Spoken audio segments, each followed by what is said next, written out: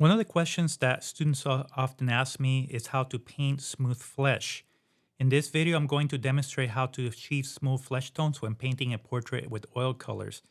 This is probably one of the most important skills when learning to paint in a naturalistic or realistic style. Last week, I worked on a demonstration of this portrait, demonstrating how to use an underpaint. The palette that I'm using for this layer is lead white, golden yellow ochre, red ochre, cypress raw umber, madder lake, and bone black. This is the traditional palette that a lot of artists used during the 17th century. It's a palette that I absolutely love, and it's very easy. So this is an important aspect when working with flesh tones because you don't want to use a lot of colors, and I'm going to tell you why. It's really, really difficult to match colors on the second layer. So by limiting the palette, having a palette that is concise and you have easy mixtures, you're able to match the colors.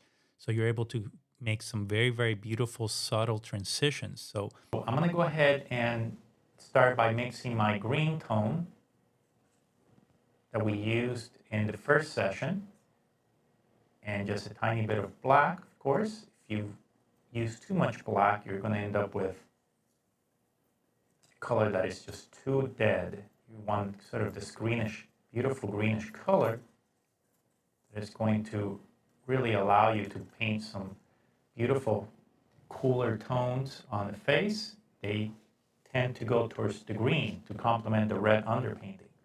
So that's exactly what I'm doing here. And as I hold this color to the photo, I get a color that is very similar. So I'm going to go ahead and mix more. You could also use the raw umber with the yellow ochre to get this chestnut color, which Rembrandt and a lot of artists used. But by doing that, you're going to introduce a dryer into this mixture. This is a very powerful dryer, so that's going to allow for your mixtures to dry very, very fast. But if you want to work up the beautiful tints and the rotations, by adding this color, you're going to end up with a color that is just drying too quickly. So I'm not going to do that for now. All right, so let's just go ahead and mix our value scale here.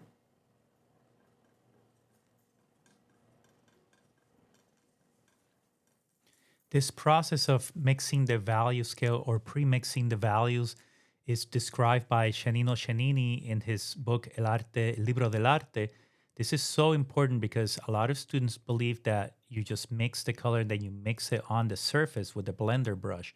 And really what we're doing here is pre-mixing the values. We're creating all the transitions on the palette and then applying them on their place. And then we will soften later on the transitions to get that beautiful turning of the form.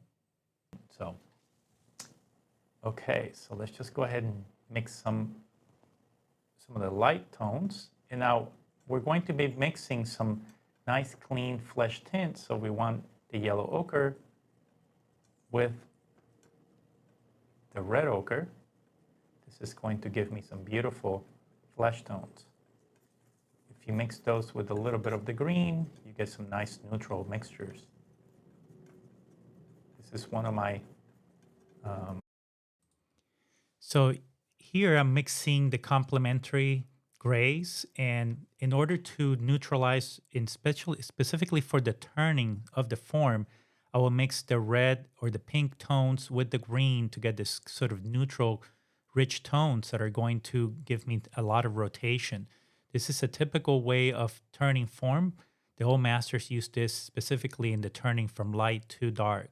So they would use these sort of neutral tones to get that beautiful rotation when modeling the form in the flesh. And tones, even warmer here with the yellow ochre. So in 2 seconds with this system, you have some beautiful flesh tints.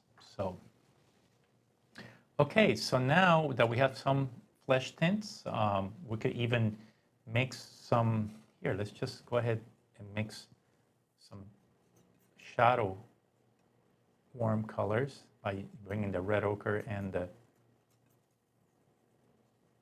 madder lake together. This will help us to get some of these accents. And we can even bring some of these two colors together just to get some of the shadow colors as we're working in some areas. Okay, that'll just allow us to give us some of these dark accents. So, all right, what I want to do is I want to start establishing some of the washes again, or the under sketch color. And to do that, I'm going to mix my initial color, which is umber and madder lake. To do that, I'm going to be mixing the madder lake with the umber, and this will allow me to set up some of these mixtures. The initial mixtures that we used. So, okay, so I'm going to go ahead and start by laying in some of these flesh tints once again. Now, I don't want to put any oil in here because I want the paint to kind of build and drag quite nicely. So we're going to just start fresh with the color there. So let's just go ahead and start by laying in some of these tones. And if I need to adjust the color, that's okay, we could do that. So let's just start by laying in some of these pinkish tones.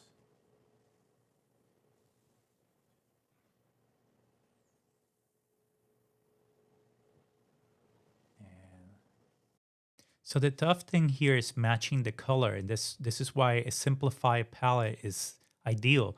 If you use 20, 30 colors in your palette, this task will be very, very difficult. You'll have to memorize the mixtures of the past first session colors that you use, and this will become very, very difficult. But if you have a system, you could essentially match the color because you've already memorized a lot of the tones that you use in the first layer. So you could just simply match the tones without having to, spend hours and hours mixing the colors trying to match that second layer. Some of the modeling.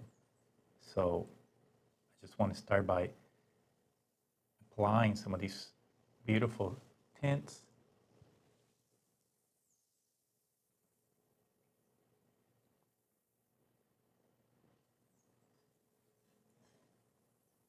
And if you're using cool color to kind of contrast, you're going to get a really beautiful sense of form. If you use all warm color, then you're going to lose the sense of form because the eye wants to see the contrast of warm-cool relationship. So that's important to understand as you're working with these passages and these techniques of luminosity. So for example, here I'm going to really work hard on just developing that for a little while.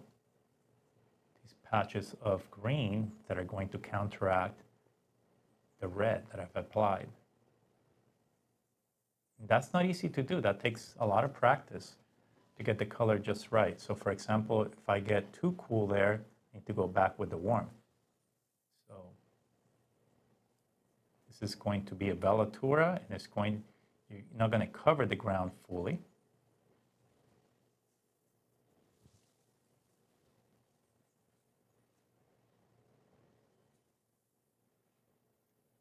So the idea here is just to get some of these colors laid in. So for example, green there. This is just going to be a game of warm-cool relationship. And here we want to maybe bring a little bit of opacity into this passage, but we don't want to cover everything. Because this opacity here is going to, or semi-opacity, is going to describe the reflective light. So we want some beautiful transitions here of cool color. So there's rotation on the form. The form is rotating with the cool color. If you don't use the cool colors to rotate the forms, it's very difficult. So you can see that the rotations working there. That's almost like a terminator, or almost like a core shadow.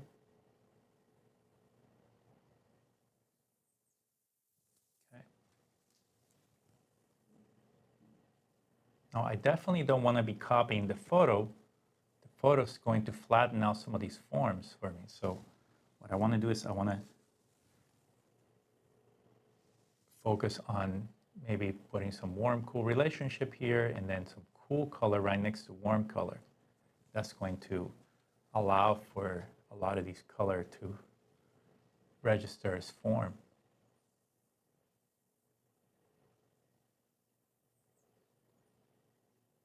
Okay, I'm going to continue here.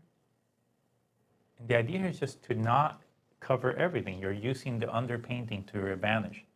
So if you cover all these areas, you're going to end up with an area painting that is just too flat. It just seems like the color's just not as luminous for whatever reason. Okay, so I'm going to continue here with, and this is a session where we're going to get really objective with some of these forms. We want to get really, really objective, meaning that we want to, yes, start laying in some of these colors more solid, but we're also going to model some of the information with more detail. And that's the second session. Is really, that's something that I'm always aware of. If I'm painting, I know that there's a first session and a second session. I'm not an alla prima painter, so I don't really work with alla prima. I opt to just build the colors little by little. So let's continue here with some warm passages on the nose. This is going to allow for a lot of rotation.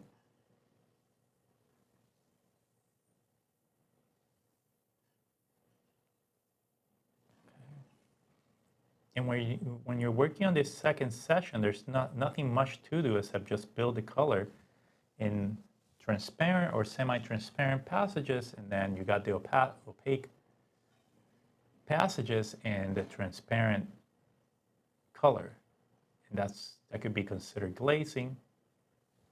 You can see here that the idea is just to get some nice warm cool relationship, and this is going to give us a lot of turning. So for example, here I'd see patches of the cooler color, and this is going to go from light to warm to cool into a halftone right there. So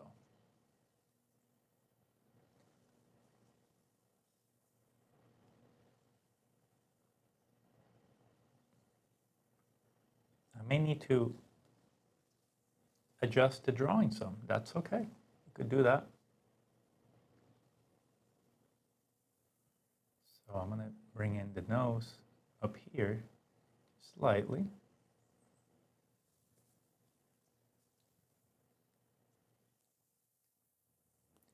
And in the passage of the eye, I'm going to bring in the cool color. It's surrounded by warm, so you want the contrast of the cool. Maybe even this color here, just a mixture of the both.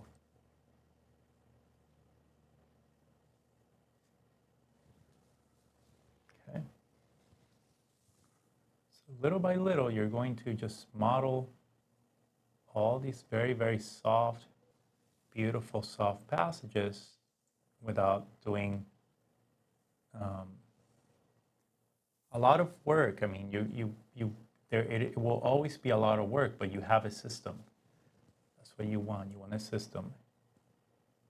If you're just picking up colors without a system, it's very, very difficult to do these paintings. So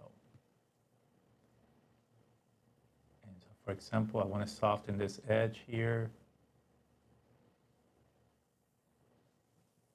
So that's the time to go ahead and layer some of these colors. I'm using linseed oil to clean my brush. So I bring the brush into linseed oil. I wipe away the excess paint, and then I'll continue to build those soft tints. Continue here again. This has a nice, beautiful neutrality because it's very nice and light.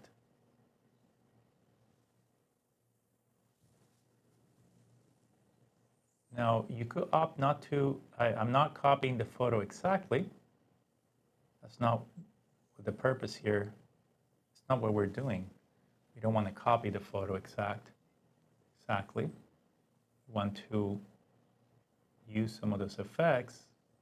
For example, I'm dragging the paint slightly over here just to get a nice velatura. And this brush will allow you to do that. If you're using a bristle brush, that becomes much harder with the bristle. So I'm just getting some nice tints here.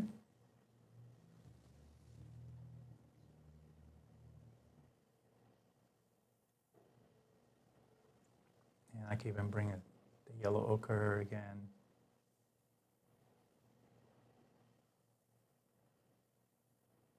You don't want to make that tone too dark because then it starts to look artificial. So I want to keep, there's a shift here, but it's not an abrupt shift. So I am bringing the yellow ochre, mixing it with the green tone.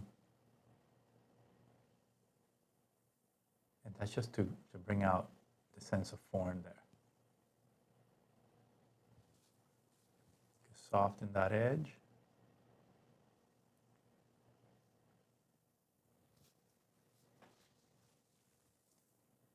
That's the tough thing about these passages. You know, they have to be very subtle. If you work with passages that are there's a big jump. So for example, a jump here and a jump here, and you don't create the transitions, then everything looks kind of chopped up. So if you want to create very natural, soft painting, then you're going to need to explore those beautiful transitions. At the end of the day, that's really what we're doing here. We're just mixing very, very subtle transitions. For example, this transition has to be impeccable. And you could use your brush to soften that. But the idea of softening is not blending. You've already applied the tone, you're just softening the tone. So that's important to realize. There's a big misconception with students that are using fan brush, for example. And I always advise students not to use a fan brush when blending tones because the fan brush will actually move the paint, and you don't want to move any paint. That will distort the form. So what you want to do is just soften the transition between one tint and the other. You could use a soft brush. In this case, I'm using squirrel hair. Be careful with the white. If your white gets your tone gets too saturated, it will actually kill the opacity and the sense of luminosity in your painting. So I could cover this, but I'm being cautious.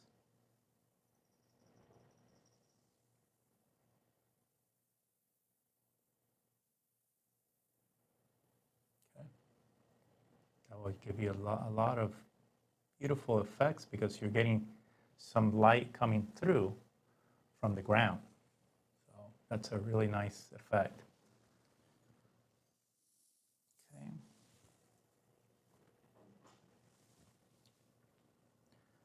Cleaning my brush. It's important to clean the brush and have the brush clean. And let's see, I'm gonna go ahead and mix this reddish, beautiful vermilion. It's not vermilion, it's Venetian red, but it's a beautiful Venetian red, so it will allow for some gorgeous effects. Some beautiful sense of color. So I'm going to go ahead and make the tip of this nose just slightly redder, just to get more. It'll just accentuate the sense of form there because there's color and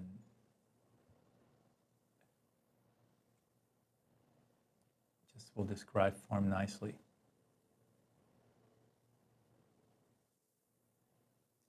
And I could continue to apply some color here and there. Now I want to bring in cooler color on this side. Let's bring in a little bit of the yellow. And I'm going to have to exaggerate this just to give it more drama in the values as well. I want the light just to come from the top and then kind of disappear into a halftone in the lower part of his face. So.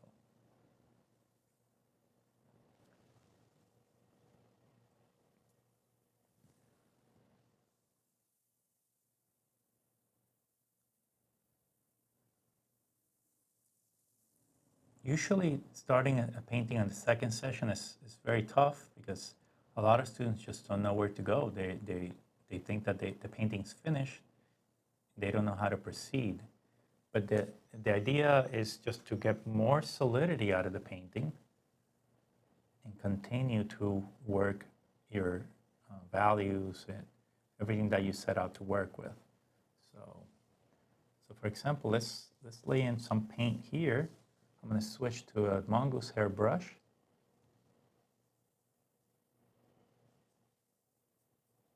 And I'm going to go ahead and lay in some paint passages here.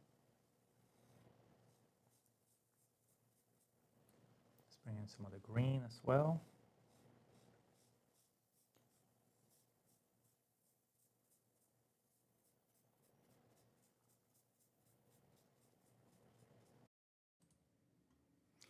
By the way, for those of you that are interested in one-on-one mentorship, make sure to check out the description below where you could find information about my courses.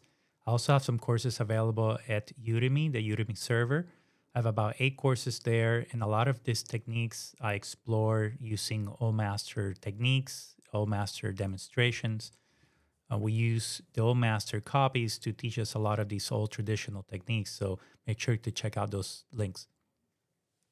Apply this tone, and I want it to go back, so I don't want it to be as warm as perhaps this tone here. So I do need that contrast though.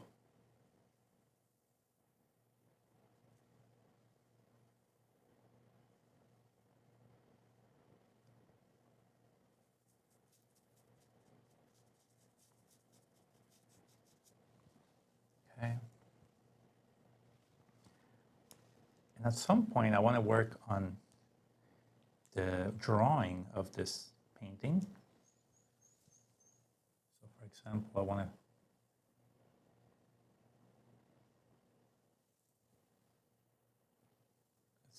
bring in some of this reddish color.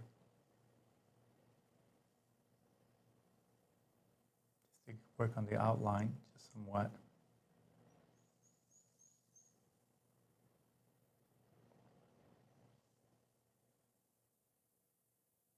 Slightly bring it in, and that'll help me just get that nice sense of rotation there.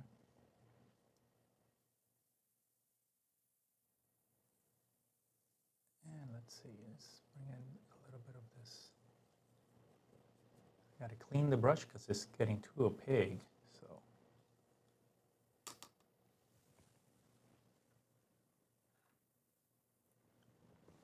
So at this point, I'm going to go ahead and use my maul stick to steady my hand in order for me to work some of these details. So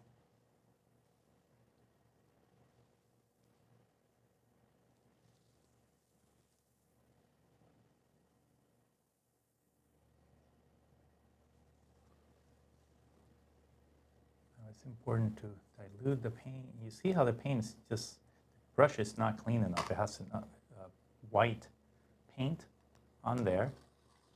So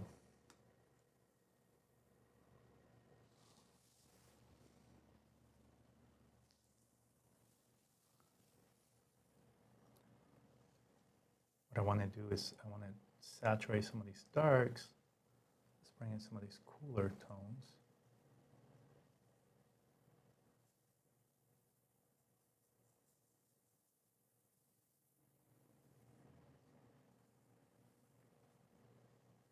And bring in the green. Drop some of the green there. Not quite completely cover the red that's underneath, but it will give you a really nice undertone.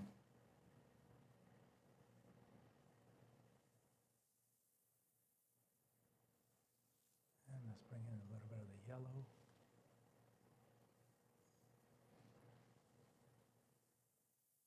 It's too light.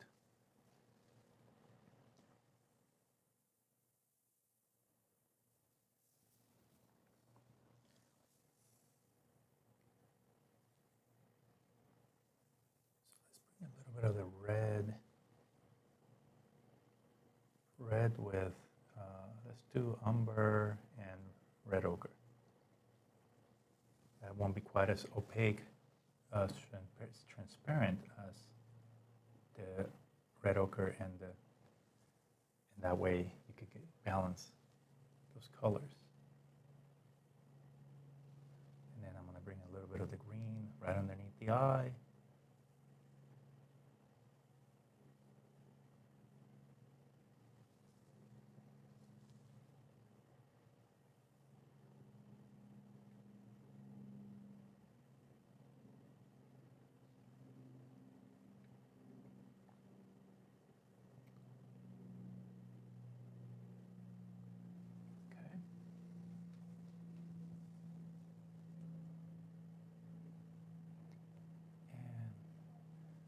Go ahead and just to start establishing or relating that tone, I'm going to go ahead and lay in some of the dark for the hair. I'm not going to use black, straight black. I'm going to go ahead and use umber mixed with black. So on black, dilute it with a little medium and raw umber, cypress umber. And I'm going to lay it in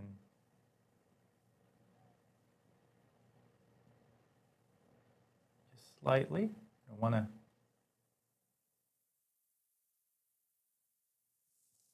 want some of the red showing through in areas.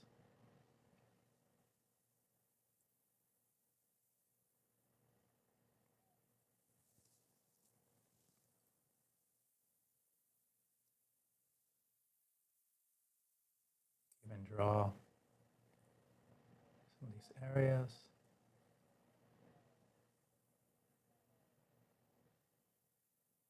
I want some soft edges here. Okay.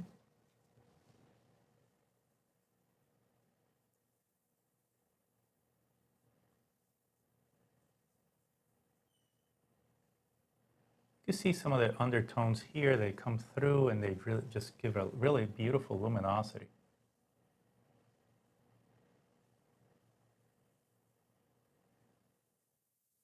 So we don't want to cover everything completely. Umber and black.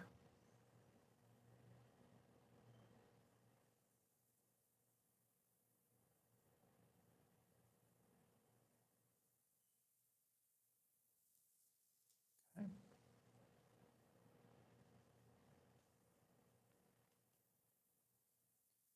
So by leaving some of the underpainting showing through, you're able to get some really nice effects.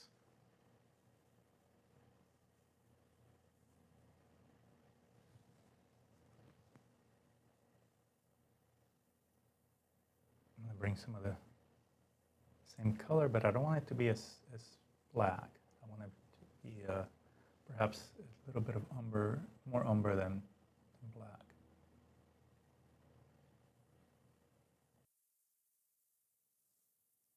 And I'm going to continue to bring in some of the warmth here. I could do umber and red ochre right there.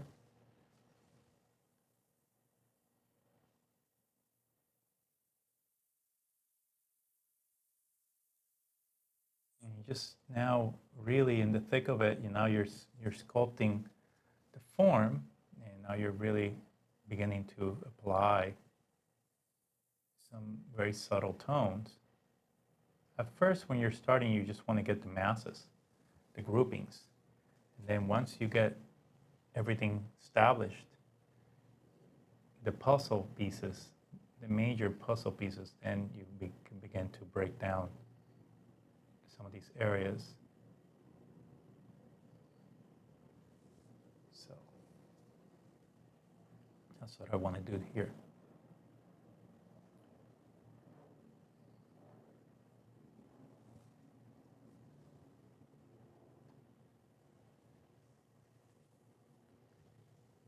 So you could continue here.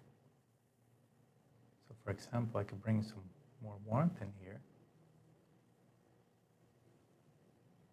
just to get some nice, beautiful transitions.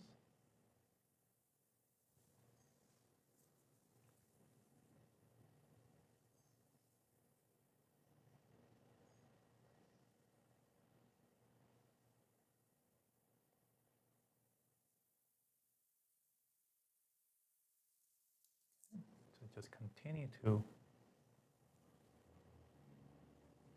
build your shades. So here I'm putting a little bit of yellow ochre and red ochre.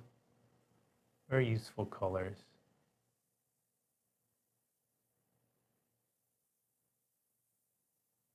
Leaving in areas some of the ground exposed. Just a little bit.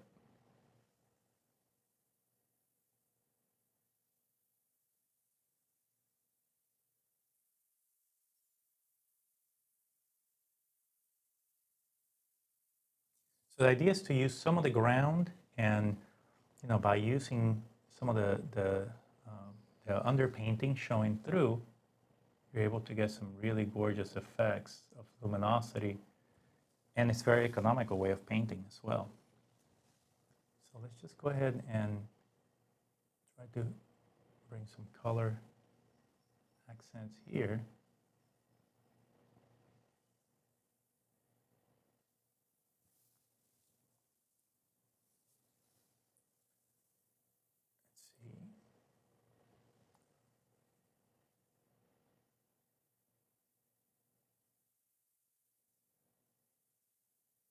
You see that the value there is just too dark, so let's just go ahead and clean the brush.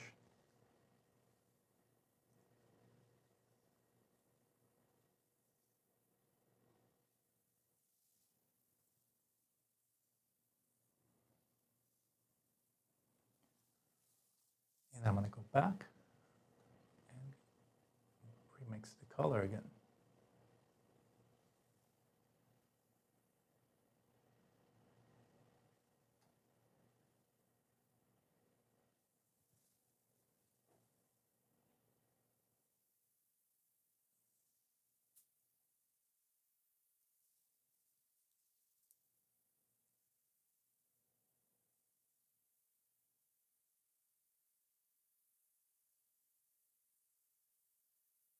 So by having a lot of paint on there, you could get some nice subtlety.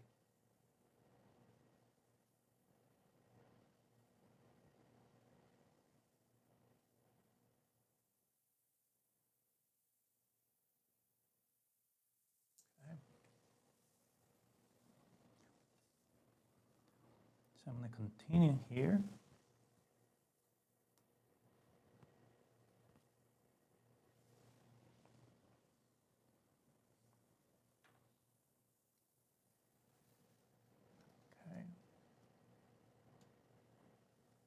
Let's bring in some of this background green color just to set off the edge and fix this drawing. Get the drawing well understood.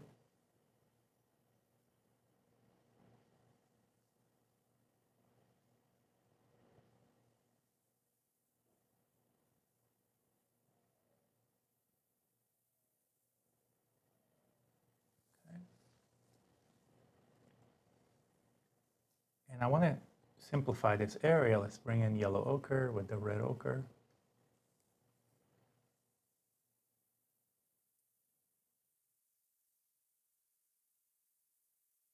Again, not covering everything, just leaving a little bit of the ground showing through.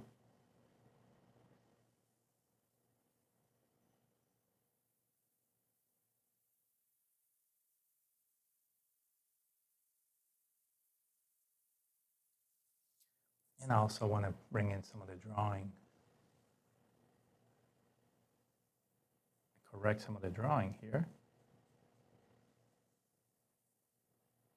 It's important.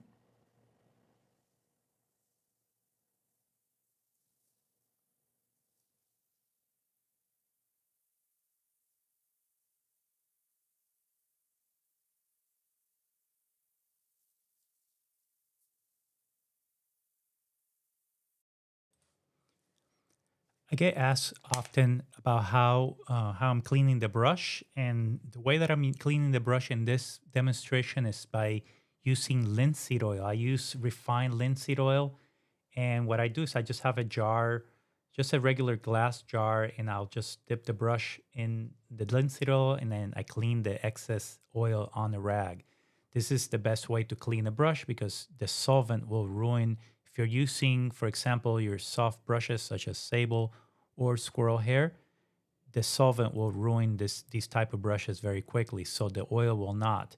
So a lot of people that are using solvents is also very dangerous. So I don't recommend that you use solvent.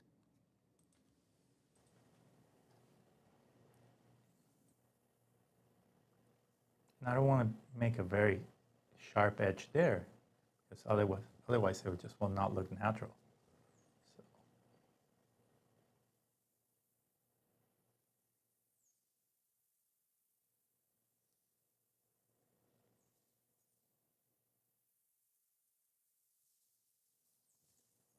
I'm going to just bring in some of this black. Let's bring a little bit of the umber, more umber than black.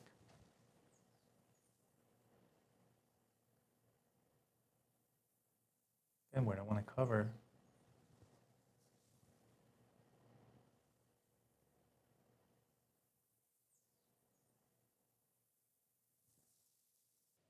greenish color here to the brow.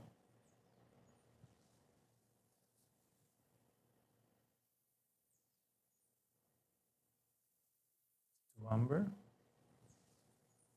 You could do umber if you don't want to use black. You could even do umber, a little bit of black and yellow ochre, just to get a hint of that green tone right on there.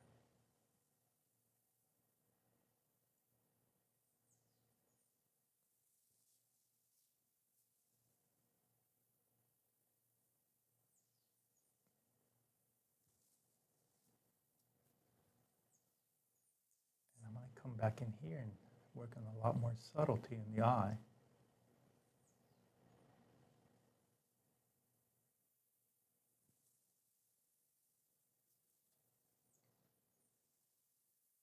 Back with the red lake and do an accent here. This is an area where there's a void there, so we want extreme dark.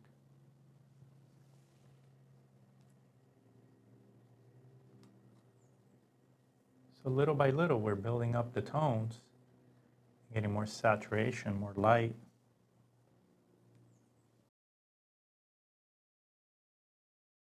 So at this point, I'm going to go ahead and speed up the demonstration so you can see the rest of the build-up process. This was two hours that I worked on this portrait, and essentially it's just building up the layers of paint more opaquely in the lights and semi-transparently in the shadows. You could see that I, just methodically applying paint, getting the transitions correct, fixing the drawing, and this is all done wet into wet. If you're working with multi layers, such as in this portrait that I'm working with, two layers so far, then this is a very practical method to sort of build up very, very smooth transitions. And you could even work up a third layer if you're interested in getting softer transitions and even smoother paint effects. So this is a typical technique used by painters from the past. Today we're used to using alla prima painting, which is only one session. But when you're working with multi layers and effects like velatura and glazing, that's very difficult to achieve in the one layer, the first layer. So you really need to build up multi layers, and learning how to set up the second layer is very difficult. You need a system, for example, a unified palette. So if you're working with colors, a specific set of colors in the first layer, you definitely want to bring those colors in the second layer to get unification in your tints. Otherwise, you're going to end up repainting whole areas to make the color match. That's just very difficult to do. So here you can see the background has been added, and I've integrated the same color of the background with the flesh tints. Is this sort of greenish color. So that's essentially, the process of getting that flesh tint to sort of integrate with the background. So I want to thank you again for coming by. If you're interested in my courses, make sure to check out the descriptions below to see what courses I have available on Udemy and also on my server, Atelier School online.com. So, and if you're interested in some of the materials, make sure to check my kit. A lot of you that are interested in the materials, the listing of the materials, you could find the books, the kit with the grounds, the brushes, the different paints that I use. So make sure to check those descriptions. And I hope to see you in the next live presentation. Thank you for joining.